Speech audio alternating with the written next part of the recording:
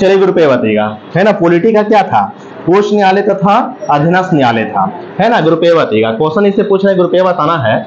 यहाँ क्वेश्चन बोल रहा है कि भारतीय संविधान के तहत राज्यों के न्यायिक प्रशासन में किसकी स्थिति शीर्ष पर होती है। हाँ, तो आंसर होगा उच्च न्यायालय की, है ना। दोबारा सुने क्वेश्चन को। मैंने क्वेश्चन आपसे पूछा कि भारतीय संविधान के तहत राज्यों के न्यायिक प्रशासन में किसकी स्थिति शीर्ष पर होती है, आंसर क्या दिए, है ना, उच्च न्यायालय की होती है, बिल्कुल सही है। अब बी का क्वेश्चन हो रहा है कि भारतीय संविधान में राज्यों के लिए उच्च न्यायालय हेतु, है ना, किस भाग में प्रावधान किया गया है। हाँ, तो आंसर का भाग 6 के अध्याय 3 के तहत, है ना। आंसर का भाग 6 के अध्याय 5 के तहत, भाग 6 के अध्याय 5 के तहत बिल्कुल सही आंसर दिए हैं। अगर रुपये का क्वेश्चन बोला कि भारतीय संविधान राज्यों के लिए उच्च न्यायालय हेतु, है ना, किस अनुच्छेद से लेकर किस अनुच्छेद तक में प्रावधान किया गया है। हाँ, तो आंसर का 214 से लेकर 231 तक में किया गया, बिल्कुल सही है। अगला बताइएगा 20 क्वेश्चन है, बी बतावेंगे। यहाँ क्वेश्चन बोला कि संसद को, है ना, किस अनुच्छेद के तहत यह अधिकार दिया गया है कि वह विधि के द्वारा 2 या 2 से अधिक राज्यों के लिए अथवा 2 या अधिक राज्यों और किसी संघ राज्य क्षेत्र के लिए एक साझा उच्च न्यायालय की स्थापना कर सकती है।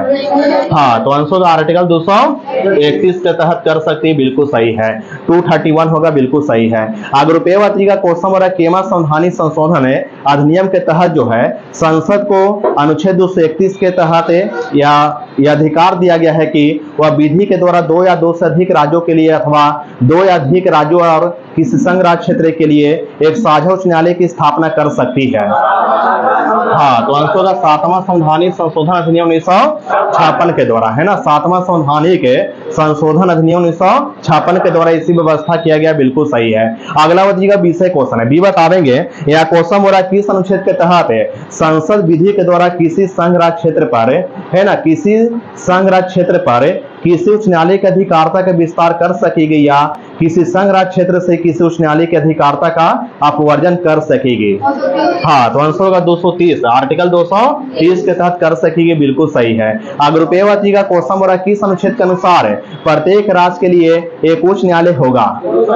हाँ, तो आंसर होगा 214 के अनुसार, है ना। क्वेश्चन आपसे पूछे किस अनुच्छेद के अनुसार जो है ना, प्रत्येक राज्य के लिए एक उच्च न्यायालय होगा, आंसर होगा 214 के अनुसार। अब बी बताइएगा क्वेश्चन बोला किस अनुच्छेद के अनुसार प्रत्येक उच्च न्यायालय अभिलेख न्यायालय होगा।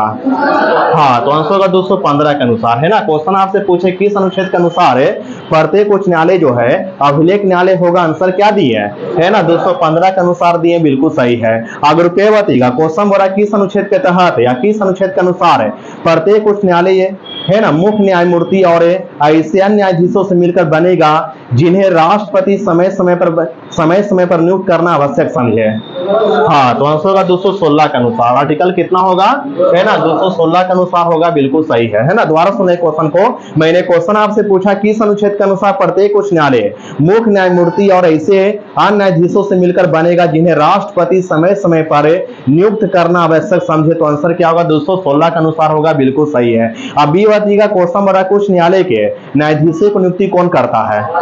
हाँ, तो आंसर में राष्ट्रपति करता है ना। उच्च न्यायालय के न्यायाधीश की नियुक्ति कौन करता है ना, आंसर होगा राष्ट्रपति करता है, बिल्कुल सही है। अगर रुपये का क्वेश्चन बड़ा उच्च न्यायालय के न्यायाधीश कितने वर्ष की आयु तक पद धारण करते हैं। हाँ, तो आंसर होगा 62 वर्ष की आयु तक पद धारण करते हैं, बिल्कुल सही है। अब बी का क्वेश्चन बड़ा उच्च न्यायालय के न्यायाधीश है ना, किसको संबोधित कर अपने हस्ताक्षर सहित लेख द्वारा अपना पदत्याग कर सकते हैं। हाँ, तो आंसर होगा राष्ट्रपति को संबोधित करके अपना पदत्याग करते हैं, बिल्कुल सही है। अगर रुपये का क्वेश्चन बड़ा उच्च न्यायालय के न्यायाधीश किसको आदेश से पद से हटाए जा सकते हैं। हाँ, तो आंसर होगा राष्ट्रपति का आदेश से पद से हटाए जा सकते हैं, बिल्कुल सही है ना। उच्च न्यायालय के न्यायाधीश जो है एक इनके आदेश से पद से हटाए जा सकते हैं, आंसर में क्या होगा, है ना, राष्ट्रपति का आदेश से हटाए जा सकते हैं, बिल्कुल सही है। अब बी का क्वेश्चन बड़ा उच्च न्यायालय के न्यायाधीशों को किसके आधार पर भी हटाया जा सकता है, बिल्कुल सही है। तो यहाँ पर आंसर होगा सर्वोच्च न्यायालय के न्यायाधीश के समान प्रक्रिया तथा सिद्ध कदाचार तथा अक्षमता के आधार पर जो है उच्च न्यायालय के न्यायाधीश को हटाई जा सकती है, बिल्कुल सही है। अगला बताइएगा ऐसे क्वेश्चन है, बात बोलना ग्रुप ए बतावेंगे। यहाँ क्वेश्चन हो रहा है कि किस अनुच्छेद के तहत उच्च न्यायालय के न्यायाधीश के पद के लिए योग्यता को उल्लेख किया गया है। हाँ, तो आंसर होगा 217 के 2 के अनुसार। आंसर होगा 217 के है ना 2 के अनुसार होगा, बिल्कुल सही है। अगला बताइएगा 20 क्वेश्चन है, उच्च न्यायालय के न्यायाधीश के पद के लिए योग्य ऐसे व्यक्ति जो किसी उच्च न्यायालय या ऐसे 2 या अधिक न्यायालय के लगातार न्यूनतम कितने वर्ष तक अधिवक्ता रहे हो। हाँ, तो आंसर होगा 10 वर्ष तक अधिवक्ता रहे हो, बिल्कुल सही है। तो क्वेश्चन पूछा था आपसे कि उच्च न्यायालय के न्यायाधीश पद के लिए योग्य ऐसे व्यक्ति जो किसी उच्च न्यायालय या दो या अधिक राज्यों के लिए, मतलब क्या दो या अधिक न्यायालय के लिए लगातार न्यूनतम कितने वर्ष तक अधिवक्ता रहे हो, तो आंसर क्या दिए है ना, आंसर होगा 10 वर्ष के लिए, बिल्कुल सही है। अगर रुपयेवती का क्वेश्चन बड़ा उच्च न्यायालय के न्यायाधीश पद के लिए योग्य है ना ऐसे व्यक्ति जो न्यूनतम कितने वर्ष तक भारत के राज्य क्षेत्र में न्यायिक पद धारण कर चुके हो। हाँ, तो आंसर क्या दिए है ना, आंसर होगा 10 वर्ष तक, बिल्कुल सही है। अगला बताइएगा 20 क्वेश्चन है, किस अनुच्छेद के अनुसार उच्च न्यायालय के न्यायाधीशों के वेतन तथा भत्ते राज्य के संचित निधि पर भारित होती है। हाँ, तो आंसर होगा 202 के है ना 3 के घा के तहत, है ना 202 के 3 के घा के 3 के तहत ना, है ना घा के 3 के तहत, बिल्कुल सही आंसर भी है। दोबारा सुनिएगा, दोबारा क्वेश्चन सुनिएगा। मैंने क्वेश्चन आपसे पूछा किस अनुच्छेद के तहत भारत के क्या बोले, क्वेश्चन आपसे पूछे थे किस अनुच्छेद के अनुसार जो है ना किस अनुच्छेद के अनुसार, दूसरा क्वेश्चन क्या है लिए हम सुनिएगा। क्वेश्चन पूछे आपसे किस अनुच्छेद के अनुसार जो है उच्च न्यायालय के न्यायाधीशों के वेतन और भत्ते राज्य के संचित निधि पर भारित होती है। आंसर होगा 202 के 3 के घा के अनुसार। अब अगला बताइएगा ग्रुप ए से क्वेश्चन बोल रहा है कि किस अनुच्छेद के अनुसार उच्च न्यायालय के न्यायाधीश के पेंशन के क्या बोल रहा है, पेंशन के जो है उल्लेख किया गया है।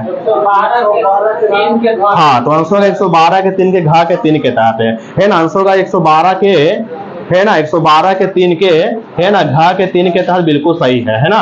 उच्च न्यायालय के न्यायाधीशों के पेंशन दी जाती किसके तहत है, तो आंसर 112 के 3 के घा के 3 के तहत दी जाती है, बिल्कुल सही है।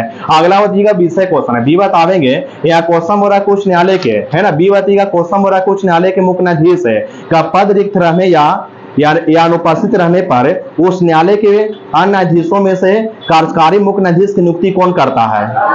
हाँ, तो आंसर होगा राष्ट्रपति करता है, बिल्कुल सही है। दोबारा सुनिए क्वेश्चन है, मैंने क्वेश्चन आपसे पूछा कि उच्च न्यायालय के मुख्य न्यायाधीश के पद रिक्त होने पर या रहने पर अनुपस्थित रहने पर उस न्यायालय के है ना उस न्यायालय के अन्य न्यायाधीशों में से कार्यकारी मुख्य न्यायाधीश की नियुक्ति कौन करता है, आंसर होगा राष्ट्रपति करता है, बिल्कुल सही है। अगर रुपयेवती का क्वेश्चन हो रहा है किस अनुच्छेद के तहत जो है उच्च न्यायालय के मुख्य न्यायाधीश जब पद रिक्त रहेगा या अनुपस्थित रहेंगे तो उस न्यायालय के अन्य न्यायाधीशों में से कार्यकारी मुख्य न्यायाधीश की नियुक्ति राष्ट्रपति करता है, बताइएगा। हाँ, तो आंसर होगा 223 के तहत करता है, आर्टिकल 200 है ना 23 के तहत करता है, बिल्कुल सही है। अगला बताइएगा 20 क्वेश्चन है, बात बोलना है किस अनुच्छेद के तहत राष्ट्रपति किसी व्यक्तियों को अपर न्यायाधीश या है ना कार्यकारी न्यायाधीश के रूप में नियुक्त कर सकता है। हाँ, तो आंसर होगा 224 के तहत है ना, आर्टिकल क्या होगा 200 है ना 24 के तहत, बिल्कुल सही है। अगला बताइएगा ऐसे क्वेश्चन की आ रही है, यहाँ क्वेश्चन बोल रहा है कि है ना राष्ट्र शासन के कार्यों की प्रक्रिया के सिद्धांतों का वर्णन जो है या सिद्धांतों का निर्माण जो है करने वाली प्रमुख शक्ति क्या है, गुरुजी बताइएगा। आंसर में सचिवालय होगा है ना, आंसर में क्या होगा है ना सचिवालय होगा, बिल्कुल सही है। मैंने क्वेश्चन आपसे पूछा कि राष्ट्र शासन के कार्यों की प्रक्रिया के सिद्धांतों का निर्माण करने वाली प्रमुख शक्ति क्या, आंसर में सचिवालय होगा, बिल्कुल सही है। अगला बताइएगा 20 क्वेश्चन कि भारत में कौन सा एकमात्र राज्य जो है जहां समान सिविल कोड लागू है। हाँ, जहां समान सिविल कोड लागू है वो राज्य कौन है ना, आंसर में गोवा होगा, बिल्कुल सही है। अगला बताइएगा क्वेश्चन बोला कि बिना विधानसभा का सदस्य निर्वाचित हुए कोई मंत्री किस समय तक पद पर बना रहेगा। हाँ, तो आंसर होगा 6 महीने तक रहेगा, बिल्कुल सही है। अगला बताइएगा 20 क्वेश्चन है, बात बोलना कि भारत के किस राज्य में सर्वप्रथम महिला मुख्यमंत्री हुई थी। हाँ, तो आंसर होगा उत्तर प्रदेश में, उसका नाम क्या था है ना, आंसर होगा सुचेता कृपलानी था, बिल्कुल सही है। अगला बताइएगा क्वेश्चन बोला ग्रुप ए, यहाँ क्वेश्चन बोला कि राज्य विधानसभा, उधर बैठिए एक मिनट सुनिएगा, यहाँ क्वेश्चन बोल रहा है कि राज्य विधानसभा किनके निर्वाचन में भाग लेती है। हाँ, तो आंसर होगा भारत के राष्ट्रपति होगा और राज्यसभा के सदस्यों को और राज्य विधान परिषद के सदस्यों को है ना। मैंने क्वेश्चन आपसे पूछा कि राज्य विधानसभा जो है ना किनके निर्वाचन में भाग लेती है, राज्य विधानसभा किनके निर्वाचन में भाग लेती है, क्वेश्चन पूछे हैं। तो आंसर होगा भारत के राष्ट्रपति के राज्यसभा सदस्यों के राज्य विधान परिषद के सदस्यों के निर्वाचन में भाग लेती है, बिल्कुल सही है। अगला बताइएगा 20 क्वेश्चन है, बी बतावेंगे यहाँ क्वेश्चन बोला किस राज्य विधानसभा की सर्वाधिक संख्या है। हाँ, तो आंसर होगा उत्तर प्रदेश की कितनी है? हाँ, तो आंसर में 403 है, बिल्कुल सही है। फटाफट आंसर दीजिएगा। पश्चिम बंगाल की विधानसभा कितने सीट है? हाँ, 200 है ना, 294 सीट है, बिल्कुल सही है। कर्नाटक की विधानसभा में हाँ 224 सीट है। बताइएगा बिहार की विधानसभा में हाँ 243 सीट है, 243 सीट है। और मध्य प्रदेश की विधानसभा में हाँ तो आंसर में 230 सीट है। गोवा के विधानसभा में है ना 40 सीट है, गोवा के विधानसभा में 40 सीट है। अगला बताइएगा उत्तराखंड की विधानसभा में है ना 70 सीट है, 70 सीट है। और दिल्ली के विधानसभा में है ना 70 सीट है, बिल्कुल सही है। अगला बताइएगा 20 क्वेश्चन है, बी बता देंगे तेलंगाना के विधानसभा में हाँ 109 सीट है ना। तेलंगाना के विधानसभा कितने सीट है ना 109 सीट है। बताइएगा त्रिपुरा तथा नागालैंड के विधानसभा में है ना 60 और 60 सीट है, बिल्कुल सही आंसर दिए। अब ये बताइएगा क्वेश्चन बोल रहा है कि हरियाणा और छत्तीसगढ़ के विधानसभा में कितने सीट है? हाँ 90 है ना। हरियाणा और छत्तीसगढ़ के विधानसभा कितने सीट है ना? आंसर का 90 सीट है, बिल्कुल सही है। अगर रुपये बताइएगा क्वेश्चन बोल रहा है कि जनहित याचिका की अवधारणा की शुरुआत किस देश में हुआ था? हाँ तो आंसर अमेरिका में हुआ था, है ना, यूएसए में हुआ था, बिल्कुल सही है। अगला बताइएगा 20 क्वेश्चन है, यह क्वेश्चन क्लियर है कि समलैंगिक है ना समलैंगिकता है, समलैंगिकता संबंधी सर्वोच्च न्यायालय के निर्णय जो है ना किससे संबंधित है, किस धारा संबंधित है, भी बताइएगा।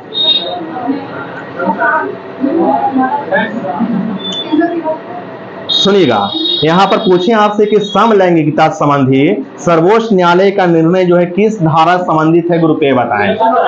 हाँ तो आंसर होगा भारतीय दंड संहिता धारा 377 377 से संबंधित है ना 377 से संबंधित है, बिल्कुल सही आंसर दिए हैं। अब ग्रुप ए बताइएगा क्वेश्चन क्या ग्रुप ए बताना है। यह क्वेश्चन बोल रहा है कि यह किसने कहा कि है ना, यह किसने कहा कि न्यायिक सक्रियतावाद को न्यायिक जोखिमवाद नहीं होना चाहिए?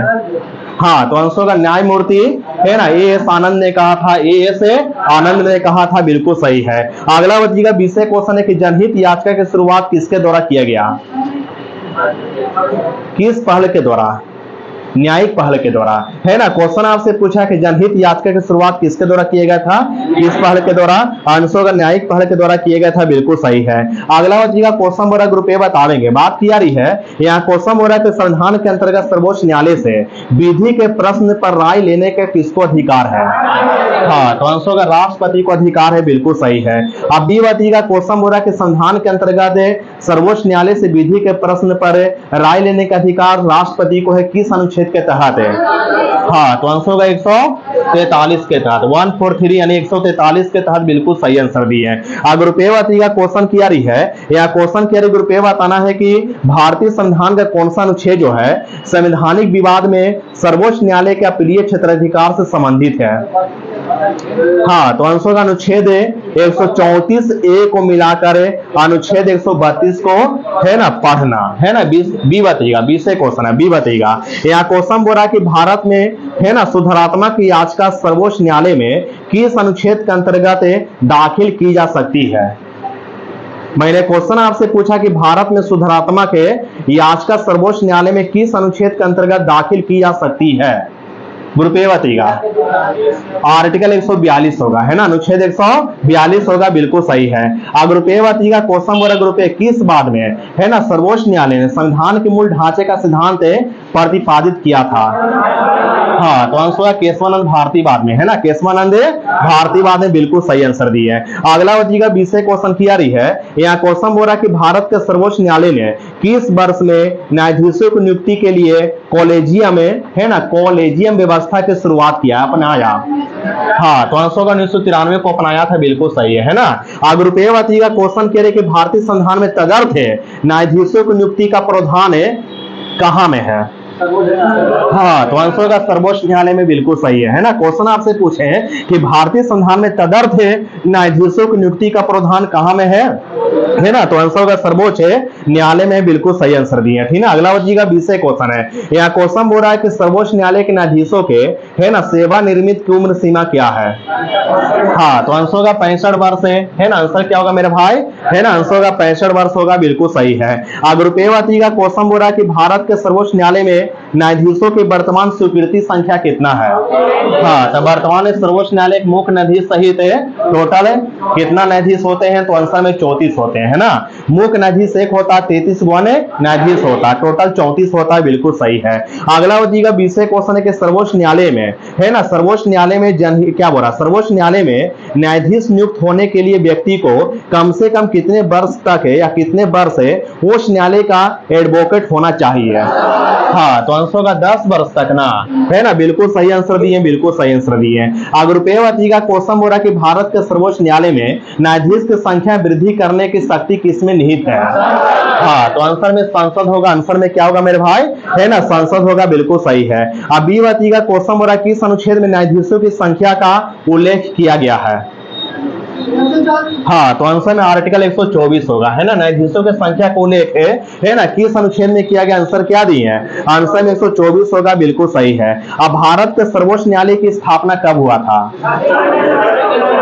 हाँ, तो आंसर होगा 26 जनवरी 1950 हुआ था, बिल्कुल सही है। अगला बजीगा 20 क्वेश्चन है कि सर्वोच्च न्यायालय का उद्घाटन कब हुआ था? हाँ, तो आंसर होगा 28 जनवरी 1950 हुआ था, बिल्कुल सही है। अगला होगा ऐसे क्वेश्चन है, बात बोलना है कि, है ना, सर्वोच्च भारतीय संविधान के सर्वोच्च न्यायालय संबंधी प्रावधान जो है किस अनुच्छेद से लेकर किस अनुच्छेद तक में उल्लेखित है? हाँ, तो आंसर होगा 124 से लेकर 147 तक में उल्लेखित है, बिल्कुल सही आंसर दिए है। अगला होगा 20 क्वेश्चन है, सर्वोच्च न्यायालय के न्यायाधीशों की नियुक्ति कौन करते हैं? हाँ, तो आंसर में राष्ट्रपति, है ना, आंसर में क्या होगा, है ना, राष्ट्रपति करते हैं, बिल्कुल सही है। अगर रुपये का क्वेश्चन बोला कि भारत सरकार ने वन संरक्षण अधिनियम किस वर्ष में अधिनियमित किया था? हाँ, तो आंसर में 1980 में किया था, बिल्कुल सही है। अगला होगा 20 क्वेश्चन किया रही है, यहाँ क्वेश्चन बोला कि भारत सरकार द्वारा राष्ट्रीय हरित अधिकरण की स्थापना कब हुआ?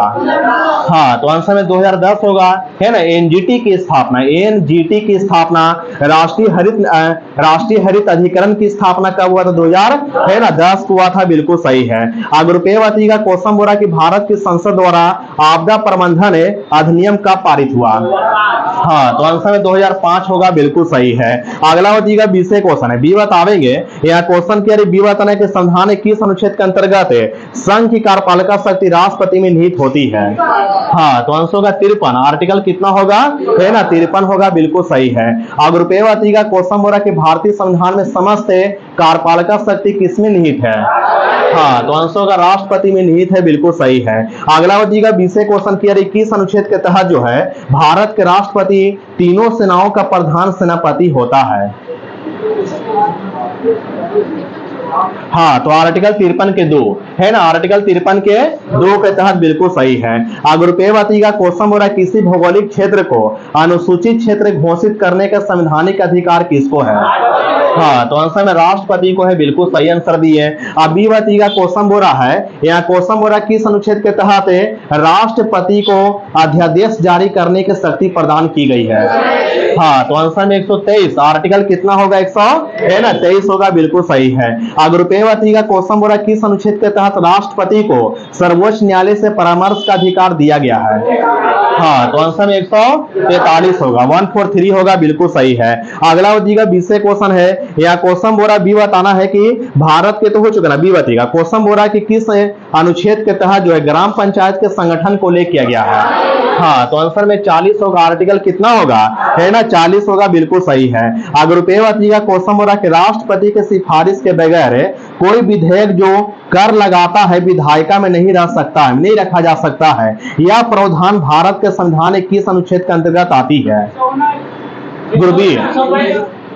गुरबी बताइएगा। मैंने क्वेश्चन आपसे पूछा कि भारत के, यानी क्वेश्चन बोला कि राष्ट्रपति के सिफारिश के बगैर कोई विधेयक जो कर लगाता है विधायिका में नहीं रखा जा सकता, या प्रावधान भारत के संविधान के किस अनुच्छेद के अंतर्गत आती है? तो आंसर में होगा 117 होगा। आर्टिकल कितना होगा, 117 होगा, बिल्कुल सही है। अगला होगा 20 क्वेश्चन है, बी बतावेंगे भारतीय संविधान में वर्तमान में कितने अनुच्छेद हैं? हाँ, वर्तमान में बात की है, कितने अनुच्छेद हैं? हाँ, तो आंसर क्या दिए? 444 अधिक, ऐसे तो मूल रूप से 395 है, लेकिन खंड को जोड़ के कितना कर दिया गया है ना, 444 अधिक कर दिया गया है। और कितने भाग हैं? है ना 22 भाग है ना 22 भाग है। इसे खंड और जोड़ जोड़ के 25 भाग देता वर्तमान में। और कितने अनुसूची है ना, तो आंसर का 12 अनुसूची है, बिल्कुल सही आंसर दिया है ना। अगला होगा ऐसे क्वेश्चन है, बात बोलना ग्रुप ए। यहाँ क्वेश्चन बोल रहा है कि संघीय संविधान समिति के अध्यक्ष कौन थे? हाँ, तो आंसर का पंडित जवाहरलाल नेहरू थे, बिल्कुल सही है। अब बी का क्वेश्चन बोल रहा है कि संचालन समिति के अध्यक्ष कौन थे? हाँ, तो आंसर का राजेंद्र प्रसाद। संविधान सभा के संचालन समिति के अध्यक्ष राजेंद्र प्रसाद है। अब ग्रुप ए का क्वेश्चन बोल रहा है कि संविधान सभा के है ना प्रारूप समिति के अध्यक्ष है। हाँ, तो आंसर का भीमराव अम्बेडकर थे। अब बी का संविधान सभा के प्रांतीय संविधान समिति के अध्यक्ष है। हाँ, तो आंसर का सरदार वल्लभ भाई पटेल थे। अब ग्रुप ए का क्वेश्चन बोला कि संविधान सभा के कार्य संचालन समिति के अध्यक्ष है। कार्य संचालन संबंधी समिति का अध्यक्ष कौन थे? हाँ, तो आंसर में के मुंशी थे, बिल्कुल सही है ना, के मुंशी होगा यहाँ पर आंसर। अब बी का क्वेश्चन हो रहा है कि संविधान सभा के सदन समिति के अध्यक्ष कौन थे? हाँ, तो आंसर का पटाभी सीता रमैया थे, बिल्कुल सही है। अब ग्रुप ए का क्वेश्चन हो रहा है कि संविधान सभा के राज्यों के संबंधी समिति के अध्यक्ष कौन थे? हाँ, तो आंसर का पंडित जवाहरलाल नेहरू थे, बिल्कुल सही है। अब बी का क्वेश्चन हो रहा है कि संविधान सभा के वित्त तथा स्टाफ समिति के अध्यक्ष कौन थे? हाँ, तो आंसर का डॉक्टर राजेंद्र प्रसाद है ना। स्टाफ और वित्त समिति के अध्यक्ष कौन थे? डॉक्टर है ना राजेंद्र प्रसाद है, बिल्कुल सही है। इसमें क्या था ये घटना चक्र में, हिस्ट्री में? अच्छा ठीक है, छोटा मोटा क्वेश्चन था, ज्यादा नहीं था, बताइएगा ग्रुप ए। पहला क्वेश्चन मेरा ग्रुप ए बताना है, सुनिएगा। औरंगजेब का जन्म कब हुआ था? हाँ, तो आंसर का 24 अक्टूबर 1618 को हुआ था, गुजरात के दोहार है ना, गुजरात के दोहार में हुआ था। मृत्यु हुआ था 1760 में हुआ था, बिल्कुल सही है। अगला वजीगा विषय क्वेश्चन है कि बिलग्राम का युद्ध है ना, बिलग्राम का युद्ध है ना, कब और किसके बीच हुआ था? हाँ, तो आंसर 1540 में हुआ था, शेरशाह तथा है ना हुमायूं के बीच हुआ था, बिल्कुल सही है। आशीष थोड़ा ध्यान देना। ग्रुप ए का क्वेश्चन बोल रहा है कि धर्मक युद्ध जो है ना, कब और किसके बीच हुआ था? हाँ, तो आंसर का 1658 को हुआ था, औरंगजेब का था है ना दारा सिकोह के मध्य हुआ था, बिल्कुल सही है। औरंगजेब और दारा सिकोह के मध्य 1658 को है ना धर्मक युद्ध हुआ था, बिल्कुल सही है। अगला वजीगा विषय क्वेश्चन है, बात बोलना है, ईस्वी बताना है कि सामूगढ़ का युद्ध कब हुआ था? हाँ, तो आंसर को 29 में 1658 को है ना सामूगढ़ का युद्ध हुआ, 29 में 1658 को हुआ था। ग्रुप ए का क्वेश्चन बोल रहा है कि देवराय का युद्ध कब हुआ? हाँ, तो आंसर है 1659 है ना, देवराय का युद्ध हुआ 1659 में हुआ, बिल्कुल सही है। अब बी का क्वेश्चन बोल रहा है कि मुगल शहजादा जिसने श्रीनगर गढ़वाल में आश्रय लिया था उसका नाम क्या है? हाँ, तो आंसर का सुलेमान सिको है ना, सुलेमान सिको है ना, सुलेमान सिको होगा, बिल्कुल सही है ना। अगर रुपएवाती का क्वेश्चन बोल रहा है कि औरंगजेब के किस पुत्र ने विद्रोह करके राजपूतों के विरुद्ध अपने पिता की स्थिति दुर्बल कर दिया था? हाँ, तो आंसर का मोहम्मद अकबर है ना, मोहम्मद अकबर होगा, बिल्कुल सही है। अगला बचेगा बीसे क्वेश्चन की यारी बी बतावेंगे। यहाँ क्वेश्चन बोल रहा है कि औरंगजेब ने बीजापुर को अपने अधिकार में कब किया? हाँ, तो आंसर का 1686 में किया। अगर रुपएवती का क्वेश्चन बोल रहा है कि औरंगजेब ने गोलकुंडा पर अधिकार कब किया? हाँ, तो आंसर है 1687 होगा, बिल्कुल सही है। अब बी वती का क्वेश्चन बोल रहा है कि 1687 में जब औरंगजेब ने गोलकुंडा किले पर अधिकार किया था उस समय गोलकुंडा का शासक कौन था? हाँ, तो आंसर होगा अबुल हसन कुतुब शाह, अबुल हसन कुतुब है ना शाह होगा, बिल्कुल सही है। रुपएवती का क्वेश्चन बोल रहा है, यहाँ क्वेश्चन बोल रहा है कि सर्वप्रथम किस मुगल शासक ने ब्रिटिश के विरुद्ध संघर्ष किया था?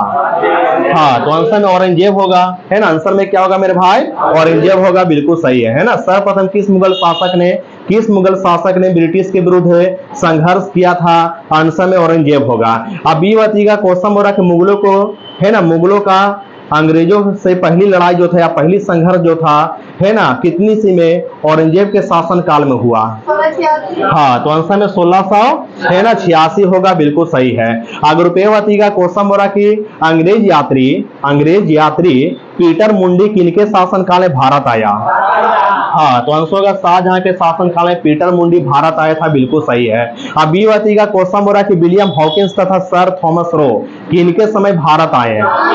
हाँ, तो आंसर होगा जहांगीर के शासनकाल में भारत आए, बिल्कुल सही है। और अगला बताइएगा क्वेश्चन बोला कि एंटोनियो मोसेराट है, एंटोनियो मोसेराट है, ये किनके समय भारत आए हैं? हाँ, तो आंसर होगा अकबर के शासनकाल में है ना, एंटोनियो मोसेराट है भारत आए थे, बिल्कुल सही है। अगला बताइएगा 20वें क्वेश्चन है, किस मुगल शासक को जिंदा पीर कहते हैं? हाँ, तो आंसर में औरंगजेब होगा। आंसर में क्या होगा मेरे भाई? औरंगजेब होगा, बिल्कुल सही है। अगला बताइएगा ऐसे क्वेश्चन है कि संत रामदास को किनके शासनकाल से संबंधित किया जाता है? हाँ, तो आंसर होगा औरंगजेब के शासनकाल से, है ना। संत रामदास को किनके शासनकाल से संबंधित किया जाता है? आंसर में क्या होगा? औरंगजेब होगा, बिल्कुल सही है। अब ये बताइएगा क्वेश्चन बोला कि दिल्ली के लाल किले में मोती मस्जिद का निर्माण किसने किया था? हाँ, तो आंसर में क्या दिए हैं? औरंगजेब होगा, बिल्कुल सही है। अगर रुपये बताइएगा क्वेश्चन बोला औरंगजेब ने किसको जो है साहिबात उजे जमानी को उपाधि प्रदान किया था? हाँ, तो आंसर में जहांआरा होगा। आंसर में क्या होगा? है ना, जहांआरा को दिया था, है ना, जहांआरा को साहिबात उजे जमानी को उपाधि औरंगजेब ने दिया था, बिल्कुल सही है। अब ये बताइएगा क्वेश्चन बोला कि जहांआरा जो थी, जहांआरा एक किसकी पुत्री थी? हाँ, तो आंसर होगा सम्राट शाहजहां, और माता के नाम क्या था? मुमताज महल, है ना, माता के नाम था मुमताज महल, है ना। जहांआरा जो थी किसकी पुत्री थी? सम्राट शाहजहां और महारानी मुमताज महल की बेटी थी, बिल्कुल सही है। अगला बताइएगा क्वेश्चन बोला कि कौन सी मकबरा द्वितीय ताजमहल कहलाती है? हाँ, तो आंसर होगा बीबी का मकबरा, है ना। बीबी का मकबरा का निर्माण किसने करवाया? हाँ, तो आंसर होगा औरंगजेब ने करवाया। किस ईस्वी में? हाँ, 1679, है ना। आंसर होगा 1679 में औरंगजेब ने बीबी के मकबरा का निर्माण करवाया था, महाराष्ट्र के औरंगाबाद में करवाया था, महाराष्ट्र को औरंगाबाद में करवाया था, बिल्कुल सही है। अगला बताइएगा ऐसे क्वेश्चन है, बात बोलना है। यह क्वेश्चन बोला कि किसने जो है ना, गुरुपे बताइएगा क्वेश्चन बोला किसने तारीखे फिरोजशाही की रचना किया था? हाँ, जियाउद्दीन बर्नी होगा। और शम्स से सिराज अफीफ होगा, है ना, शम्स से सिराज अफीफ तथा जियाउद्दीन बर्नी ने तारीखे फिरोजशाही की रचना किया था, बिल्कुल सही है। अगला बताइएगा 20वें क्वेश्चन है कि फतवा ये जहांदारी के रचनाकार कौन है? बर्नी है। आंसर बर्नी होगा, है ना, बिल्कुल सही आंसर दिए हैं। अगर रुपये बताइएगा क्वेश्चन किया रे कि है ना, बिहार पर बख्तियार खिलजी के हमले का पहला विवरण प्राप्त होती है, किससे होती है? किस पुस्तक से? गुरबी बताइएगा। तबकात नासरी पुस्तक से, है ना। आंसर होगा तबकात, है ना, नासरी पुस्तक से मिलती है, या फिर इससे, है ना, विवरण प्राप्त होती है, बिल्कुल सही है। अगला बताइएगा 20वें क्वेश्चन है कि तबकात नासरी के लेखक कौन थे? बी बताइएगा। हाँ, मिनहाज उस सिराज है ना, मिनहाज उज सिराज होगा, बिल्कुल सही है। अगर रुपये बताइएगा क्वेश्चन किया कि भारत के किस मध्यकालीन शासक ने एकता व्यवस्था की शुरुआत किया? हाँ, तो आंसर में इल्तुतमिश होगा। आंसर में क्या होगा मेरे भाई? इल्तुतमिश होगा, बिल्कुल सही है। अब ये बताइएगा क्वेश्चन बोला किस राजवंश के अंतर्गत बिजारत का चरमोत्कर्ष हुआ था? हाँ, तो आंसर होगा तुगलक होगा, है ना। आंसर में क्या होगा? है ना, तुगलक होगा, बिल्कुल सही है। अगर रुपये बताइएगा क्वेश्चन बोला कि दीवाने अर्ज जो था, दीवाने अर्ज एक कैसा विभाग था? हाँ, तो आंसर होगा सैन्य विभाग था, बिल्कुल सही आंसर दिए। अब भी बताइएगा क्वेश्चन बोला कि दीवाने इंसा का संबंध किससे था? हाँ, सरकारी पत्र व्यवहार से था। दीवाने इंसा का संबंध सरकारी पत्र या सरकारी पत्र व्यवहार से था, बिल्कुल सही है। अगर रुपये बताइएगा क्वेश्चन बोला कि सल्तनत काल में दीवाने अमीर कोही विभाग का संबंध किससे था? हाँ, तो आंसर में कृषि न होगा, है ना। दीवाने कोही विभाग का संबंध किससे था? आंसर में क्या होगा? है ना, कृषि संबंधी था, बिल्कुल सही है। अब भी बताइएगा क्वेश्चन बोला कि दीवाने कोही विभाग की स्थापना किसने किया? हाँ, तो आंसर होगा एमबीटी ने किया था, मोहम्मद बिन तुगलक ने किया था, बिल्कुल सही है। अगर रुपये बताइएगा क्वेश्चन बोला कि दिल्ली सल्तनत में दीवाने अर्ज विभाग की स्थापना किसने किया? हाँ, तो आंसर में बलबन होगा, है ना। आंसर में क्या होगा? है ना, बलबन होगा, बिल्कुल सही है। अब भी बताइएगा क्वेश्चन बोला किनके शासन काल में परगना तथा सरकार के बीच एक और इकाई का निर्माण किया गया जिसे चकला कहते हैं? हाँ, तो आंसर होगा शाहजहां के शासन काल में। यानी बस इतना ही बात है कि चकला का शुरुआत हुआ किनके शासन काल में? हाँ, तो आंसर होगा शाहजहां के शासन काल में, बिल्कुल सही है। अगला बताइएगा क्वेश्चन बोला ग्रुप ए बता देंगे। यहाँ क्वेश्चन बोला कि हजारा मंदिर किनके शासन काल में निर्मित हुआ था? हाँ, कृष्णदेव राय के शासन काल में। आंसर होगा कृष्णदेव राय के शासन काल में हजारा मंदिर का निर्माण किया गया था, बिल्कुल सही है। अब ये बताइएगा क्वेश्चन किया रही है, यहाँ क्वेश्चन बोल रहा है कि किनके शासन काल में जो है है ना, किनके शासनकाल में निकोलो कांटी विजयनगर आया था? हाँ, तो आंसर होगा देवराय प्रथम के शासनकाल में निकोलो कांटी, है ना, विजयनगर आया था, बिल्कुल सही है। आंध्र भोज किसे कहते हैं? हाँ, तो आंसर होगा कृष्णदेवराय को आंध्र भोज कहते हैं, बिल्कुल सही है। अगला बताइएगा 20वें क्वेश्चन के प्रसिद्ध है, विजयनगर शासक कृष्णदेवराय के अधीन किस साहित्य का स्वर्ण युग था? हाँ, तो आंसर होगा तेलुगु साहित्य का स्वर्ण युग था, बिल्कुल सही है। यानी तेलुगु साहित्य का स्वर्ण युग किनके शासन काल में था? हाँ, तो आंसर होगा कृष्णदेवराय के शासन काल में था, बिल्कुल सही है। और अगला बताइएगा क्वेश्चन बोल रहा है कि नागलपुर नामक नगर की स्थापना किसने किया? हाँ, तो आंसर में कृष्णदेवराय ने किया था, है ना। नागलपुर नामक नगर की स्थापना किसने किया था? आंसर क्या दिए है ना, आंसर में होगा कृष्णदेवराय ने किया था, बिल्कुल सही है। अगला बताइएगा 20वें क्वेश्चन है, बी बतावेंगे। यहाँ क्वेश्चन बोल रहा है ना, सुनिएगा 20वें क्वेश्चन है, किसने जो है महाराजा धीराज को उपाधि धारण किया था? हाँ, तो आंसर होगा हरिहर द्वितीय ने, है ना। विजयनगर की शासक ने महाराजा धीराज को उपाधि धारण किया था, आंसर क्या दी है ना, आंसर में हरिहर द्वितीय ने किया था, बिल्कुल सही है। अगर रुपये का क्वेश्चन हो रहा है अष्ट दिग्गज का संबंध किनसे था? हाँ, तो आंसर में कृष्णदेवराय से था। अष्ट दिग्गज का संबंध किनसे था? है ना, आंसर में कृष्णदेवराय से था, बिल्कुल सही है। अगला बताइएगा 20वें क्वेश्चन है, बी बतावेंगे। यहाँ क्वेश्चन बोल रहा है कि अराबिडु वंश की स्थापना किसने किया था? हाँ, तो आंसर में तिरुमल होगा। आंसर में क्या होगा, है ना, तिरुमल ने अराबिडु वंश की स्थापना किया था, बिल्कुल सही है। अगर रुपये का क्वेश्चन बोल रहा है अराबिडु वंश की स्थापना, है ना, तिरुमल ने कब किया था? गुरबी 1570 में, है ना, आंसर होगा 1570 में तिरुमल ने अराबिडु वंश की स्थापना किया था, बिल्कुल सही है। अब बी बताइएगा क्वेश्चन बोल रहा है कि, है ना, अराबिडु वंश की जो स्थापना किया था तिरुमल ने, और तिरुमल के उत्तराधिकारी कौन हुए थे? आंसर में रंग प्रथम होगा, है ना। तिरुमल के, है ना, उत्तराधिकारी कौन बना था? आंसर में रंग प्रथम बना था, बिल्कुल सही है। अगर रुपये बताइएगा क्वेश्चन बोल रहा है किसने जो है ना, किसने जो है मैसूर राज की स्थापना किया था? मैसूर राज की स्थापना किसने किया था? गुरबी बताइएगा। हाँ, तो आंसर बोडियार होगा, है ना। मैसूर राज की स्थापना किसने किया था? आंसर को बोडियार ने किया था, 1612 में किया था, है ना। मैसूर राज की स्थापना बोडियार ने किया था, आंसर क्या होगा 1600, है ना, 1612 में किया था, बिल्कुल सही है।